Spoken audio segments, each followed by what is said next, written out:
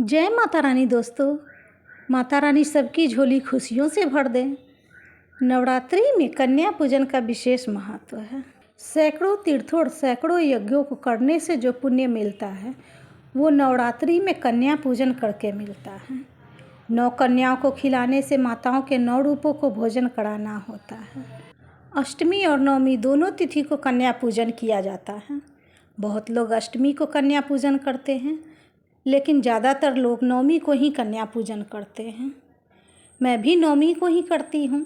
2 साल से 10 साल तक की कन्याओं का पूजन करना शुभ माना गया है।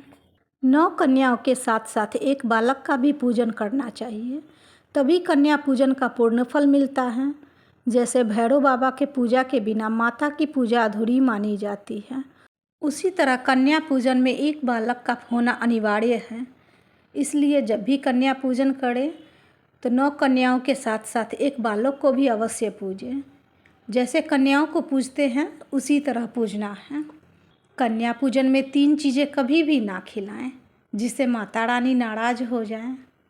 पहला है लहसुन प्याज। कन्या पूजन में लहसुन प्याज से बनी हुई कोई भी चीज़ें, कोई भी डिश नहीं खिलानी चाहिए। दूसरी चीज़ है खट्टी चीज़ें, जैसे टमाटर, नींबू, आमचूर, इमली, इन सब चीज़ों से बनी हुई कोई भी चीज़ कन्या पूजन में ना खिलाएं। तीसरी चीज़, एक बार में 3 पूड़ियाँ कन्याओं को ना परोसें। 1-1, 2-2 करके दे, लेकिन एक बार में 3 पूड़ियाँ परोसना अशुभ माना जाता है।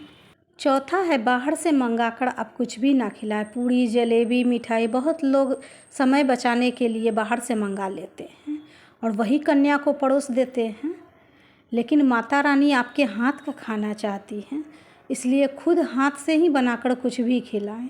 ज़्यादा कुछ न बन पाए तो पूड़ी हलवा ही बनाकर खिला दें, मगर खुद से ही बनाकर खिलाएं। पांचवा, प्लास्टिक से बने बर्तन में भी कन्याओं को कभी ना खिलाएं। स्टील के बर्तन में खिलाएं, नहीं तो केले के पत्ते, पेपर के पत्ते, इन सब चीज़ों में खिलाएं। पूजा में प्लास्टिक के बर्तन, कांच के बर्तन, इन सब को अशुद्ध माना गया है। जान लेते हैं कन्याओं को गिफ्ट में क्या दें। कन्या पूजन में गिफ्ट में कन्याओं को चुनरी या कोई वस्त्र स्वरूपी चीज़ें ज़रूर दें। दूसरी चीज़ है अनाज।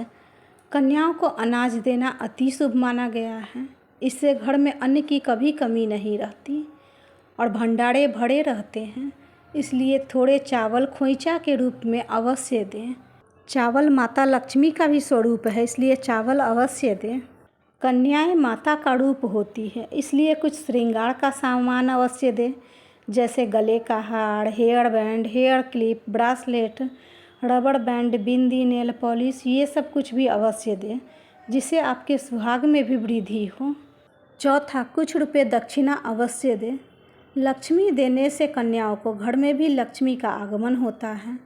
आपके पास जो सामर्थ्य है, 100, 50, 21, 11, कुछ भी रुपए अवश्य दें। पांचवा, मीठे फल कन्याओं को ज़रूर दें, जैसे केला, सेब, अनार, आम आदि ऐसे फल जो मीठे हो वो ज़रूर दें।